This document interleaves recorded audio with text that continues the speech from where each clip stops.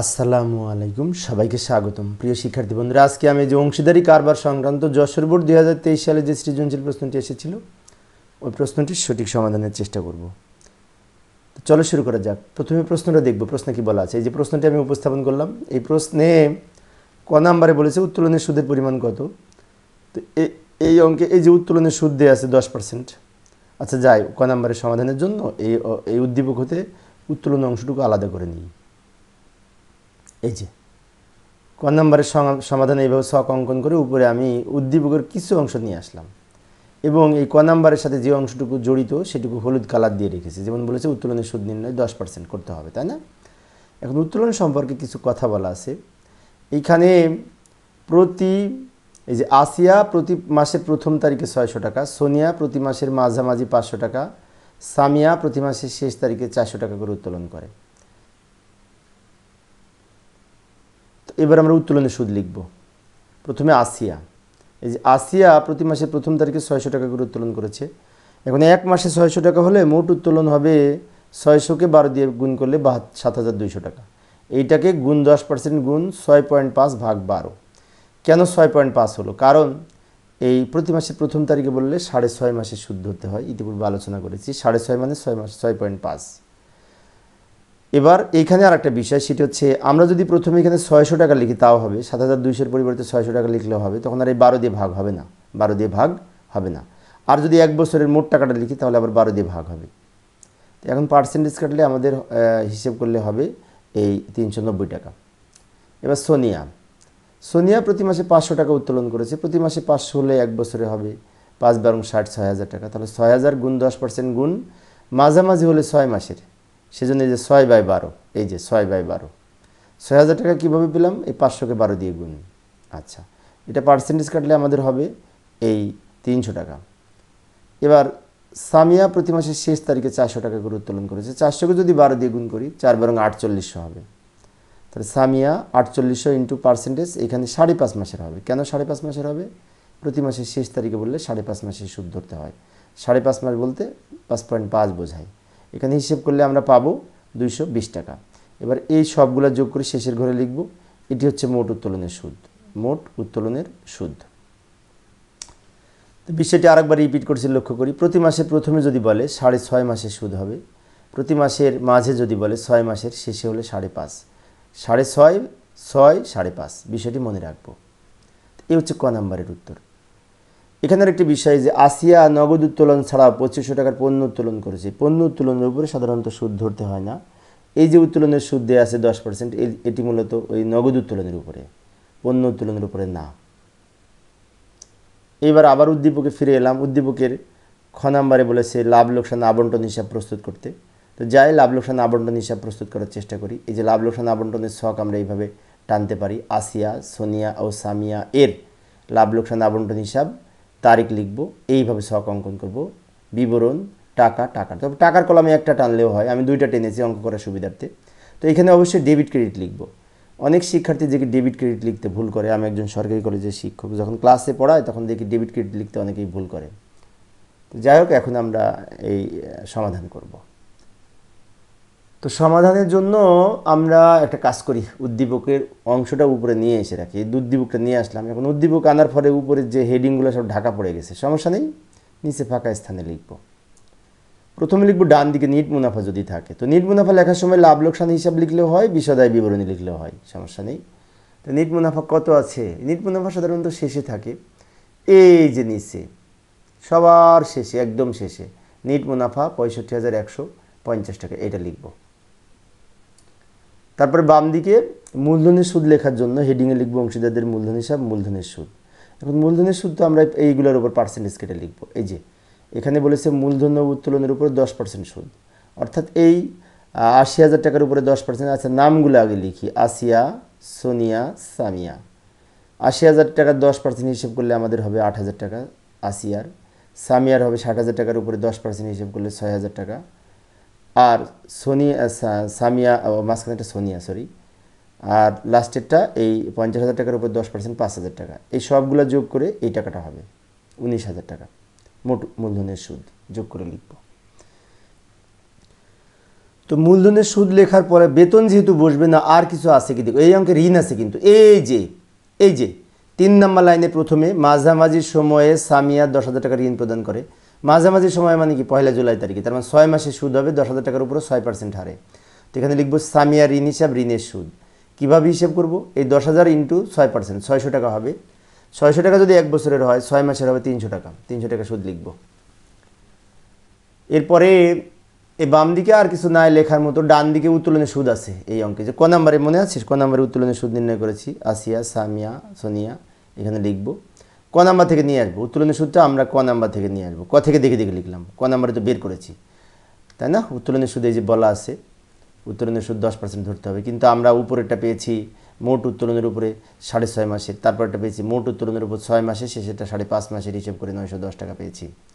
এই অঙ্কে আরেকটা আইটেম আছে, সেটা হচ্ছে এই যে 4 নম্বর লাইনের প্রথমে আসিয়া নগদ উত্তোলন ছাড়াও 1,500 টাকা 2,500 টাকার পণ্য উত্তোলন করে। পণ্য উত্তোলনটাও ক্রেডিট দিকে বসবে উত্তোলনের সুদের মতো। আসিয়ার মূলধন হিসাব পণ্য উত্তোলন বলে লিখব 2,500 টাকা। আর কিছু নাই এই অঙ্কে। এবার যোগ বিয়োগ করব। যোগ বিয়োগ করার সময় প্রথমে আমরা দুই দিকে লাইন টানবো, দাগ দিব। তো দাগ দেওয়ার সময় উপরে যেন এখানে ফাঁকা থাকে, জায়গা থাকে, বেশি খেয়াল রাখবো, কারণ এখানে আমাদের কিছু হিসাব লিখতে হবে, সেই জন্য এই জায়গাটা বেশ ফাঁকা রাখা লাগবে, অন্তত 4-5 লাইন। এবার ডান দিক বড়, ডান দিক যোগ করে লিখব। ডান দিক যোগ করে হবে 68,600। এইটা বাম দিকে নিয়ে আসবো, দুই দিকে ডাবল দাগ দিয়ে দিব, দুই দিকে ডাবল দাগ দিয়ে দিব। দেওয়ার পরে কি করব, এই 68,660 থেকে উপরে দুইটা বিয়োগ করে এখানে লিখব 49,260 টাকা। কীভাবে পেলাম, এই নিচেরটা থেকে উপরে দুইটা বিয়োগ করলাম, বিয়োগ করে এই টাকাটা পেলাম। এবার এইটা বন্টনযোগ্য মুনাফা সবার মধ্যে ভাগ করে দিব। এখানে লিখব অংশীদারদের মূলধন হিসাব, মুনাফার অংশ। তো নাম লিখি, আসিয়া, সোনিয়া, সামিয়া, তিনজনের নাম লিখলাম। এবার ভাগ করে দেব কিভাবে, এই যে কারবারের লাভ লোকসান কিভাবে বন্টন হবে, 3-2-1 অনুপাতে। 3-2-1, তিনটার যোগফল হচ্ছে 6। তাহলে এখানে এই 49,260কে তিনটার যোগফল 6 দিয়ে গুণ করে 6 দিয়ে ভাগ করে 3 দিয়ে গুণ করলে এই টাকাটা পাবো, আসিয়ার ঘরে লিখব। তারপরটা আবার 6 দিয়ে ভাগ করে 2 দিয়ে গুণ করব, তাহলে সোনিয়ার ঘরে লিখব। আবার এই টাকাটাকে 6 দিয়ে ভাগ করে 1 দিয়ে গুণ করে এইখানে লিখব। এবার এই তিনটা যোগ করে এটার সাথে মিলে যাবে। এই হচ্ছে লাভ লোকসান আবন্টন হিসাব। এবার আমরা এই অংশীদারদের মূলধন হিসাব প্রস্তুত করব। তো যাই খ নাম্বারে অংশীদারদের মূলধন হিসাব প্রস্তুত করি। এই যে আবার উদ্দীপকে চলে আসলাম। আসিয়া ও সোনিয়ার মূলধন হিসাব বলেছে, সবার বলেনি, আসিয়া আর সোনিয়ার। এখানে আবার আরেকটা প্যাচ লাগাই দিছে, মুনাফার পরিমাণ দিয়ে দিছে ওরা। মুনাফার পরিমাণ আসিয়া 24,360 টাকা, সোনিয়া 16,420 টাকা ধরে আমাদের এই আসিয়া সোনিয়ার মূলধন হিসাব প্রস্তুত করতে হবে। যাই এই টাকা ধরে হিসাব করব। তো এই যে এইভাবে উদ্দীপকের অংশটা উপরে নিয়ে এসে রাখলাম, যাতে ওইটা দেখে দেখে আমরা সমাধান করতে পারি, তাই না। এই যে এইভাবে লিখব অংশীদারদের মূলধন হিসাব, এই যে আসিয়া সোনিয়া। প্রথমে এই ডান দিকে লিখব balance BD. Balance BD car কত ছিল, আসিয়া হচ্ছে প্রথমে ছিল আর সোনিয়া দ্বিতীয়টা, তাই না। তাহলে 80,000 আর 60,000, এই যে মূলধনের পরিমাণ, আসিয়ার 80,000, সোনিয়ার 60,000। তারপর বাম দিকে উত্তোলন লিখব। উত্তোলন আছে কিন্তু এই অঙ্কে, উত্তোলন ডিসেম্বর 31 তারিখ দিয়ে লিখব। উত্তোলন কত কত হবে, তাই না। উত্তোলন আসিয়া প্রতি মাসে 600 টাকা করেছে, তার 12 মাসে 7,200 টাকা হবে, 12 দিয়ে গুণ করে 600কে। সোনিয়া প্রতি মাসে 500 টাকা করেছে, 12 দিয়ে গুণ করে 6,000 টাকা হবে। উত্তোলন কিন্তু 12 দিয়ে গুণ হবে, কারণ প্রতি মাসে উত্তোলন করেছে। এরপরে আমরা কি করব, মূলধনের সুদ লিখব। এখানে লিখব লাভ লোকসান আবন্টন হিসাব মূলধনের সুদ। তো মূলধনের সুদ এই 80,000 টাকার উপরে 10% 8,000 টাকা, 60,000 টাকার উপরে 10% 6,000 টাকা। এরপরে এই বাম দিকে উত্তোলনের সুদ লিখব। উত্তোলনের সুদ আমরা ক নাম্বারে নির্ণয় করেছিলাম, তাই না। সম্ভবত এই আসিয়ার এই 7,200 টাকার উপরে 6.5 মাসে সুদ হিসেব করে আমাদের হয়েছিল 390 টাকা। আর 6,000 টাকার উপরে যেহেতু প্রতি মাসের মাঝে বলেছে উত্তোলন, সেজন্য 6,000 টাকার উপরে 6 মাসের সুদ 300 টাকা হবে। এই অঙ্কে আরও আছে এই বেতন। তো বেতনের ব্যাপারে বেতন বলেছিল যে বেতন ডেবিট করার পর, সেজন্য বেতন লাভ লোকসান আবন্টন হিসেবে বসবে না, কিন্তু এইখানে বসবে। বেতন এই সোনিয়ার ঘরে লিখবো 18,000 টাকা। কীভাবে পেলাম, প্রতি মাসে এই যে 4 নম্বর লাইনে প্রথমে আছে সোনিয়া এর মাসিক বেতন 1,500 টাকা। তো 1,500 টাকা এক মাসে হলে এটাকে 12 দিয়ে গুণ করলে 18,000 টাকা হবে। এবার আমরা কি করব, ও এই অঙ্কে আর একটা আইটেম আছে, এই যে সবার শেষে লেখা, আসিয়া নগদ উত্তোলন ছাড়াও 2500 টাকার পণ্য উত্তোলন করে। তো পণ্য উত্তোলন লেখার পরে এই অঙ্কে আর একটা আইটেম আছে, সেটা হচ্ছে মুনাফার অংশ। এখন মুনাফার অংশ কিন্তু প্রশ্নে দেওয়া আছে, ওইটা লিখব। প্রশ্নে যেটি দেওয়া ছিল, এই যে আসিয়া আর সোনিয়ার প্রশ্নে দেওয়া আছে, কিন্তু বারবার বলছে, ওখান থেকে লিখলাম। এবার আমরা যোগ করব। যোগ করার জন্য ডান দিকে দাগ দিব, বাম দিকেও দাগ দিব। দাগ দেওয়ার সময় এখানে একটু জায়গা ফাঁকা রাখবো, কারণ এখানে একটা লাইন লিখতে হবে আমাদের, সেজন্য। এবার যোগ করব, ডান দিকে আগে যোগ করব, কারণ ডান দিক বড়। তো ডান দিক যোগ করে আমরা এইটা আসিয়া পেলাম এত টাকা, এটার পেলাম এত টাকা, এই টাকাটা এই সোনিয়ারটা সোনিয়ার ঘরে নিয়ে আসবো, আর আসিয়ারটা আসিয়ার ঘরে নিয়ে আসবো। দুই দিকে আবার ডাবল দাগ দিয়ে দিব, দুই দিকে ডাবল দাগ দিয়ে দিব। আচ্ছা, কী করলাম, ডান দিক যোগ করে বাম দিকে নিয়ে এসে দুই দিক ডাবল দাগ দিলাম। এবার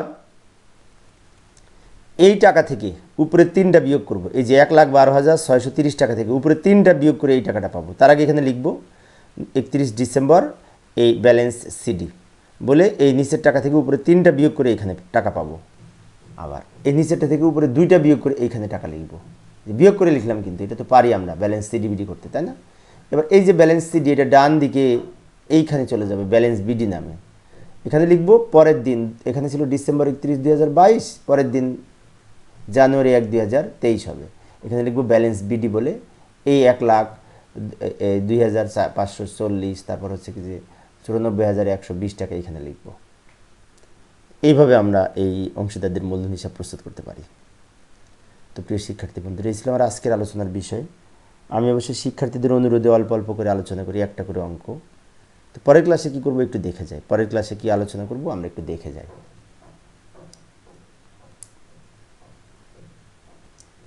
এই যে পরের ক্লাসে রাজশাহী বোর্ড 2023 সালের 2টা প্রশ্ন এসেছিল, পূর্বে একটা ক্লাস আলোচনা করেছিলাম, সামনের দিন আর একটা প্রশ্ন সমাধানের চেষ্টা করব, দেখার আমন্ত্রণ রইল।